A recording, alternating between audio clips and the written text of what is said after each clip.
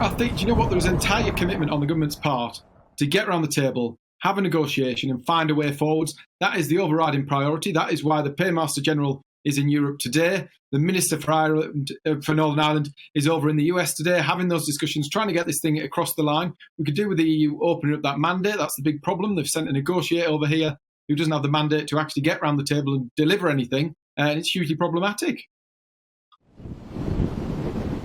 It is problematic, but at the same time, this is a protocol that the government signed up to, that Boris Johnson signed up to. He knew, didn't he, that there was going to be a border in the Irish Sea. That was part of the compromise to get Brexit done. Why should we be surprised that we find ourselves in this position? There was an agreement built on goodwill, on two partners who've been working together for a very long time. Since this has been put in place, we've seen anything but goodwill.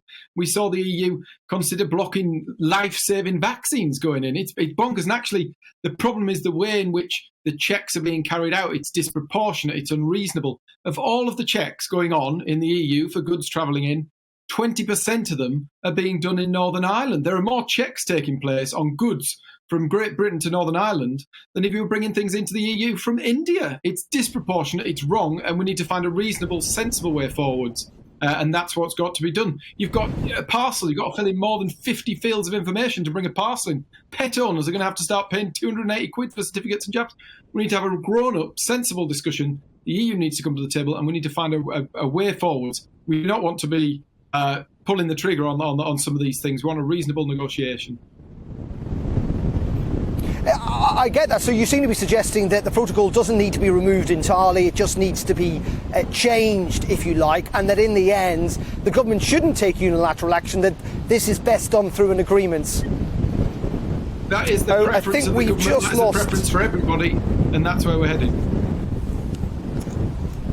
OK, but at the end of the day, many people are frustrated in Northern Ireland, and we just heard from Dougie Beattie there about consensus that essentially the people of Northern Ireland haven't got a government because unionists aren't happy. But, you know, many nationalists would say they were never happy with Brexit in the first place. Do you think it's right that unionist parties are able to essentially veto the governments existing in Northern Ireland because of this protocol issue?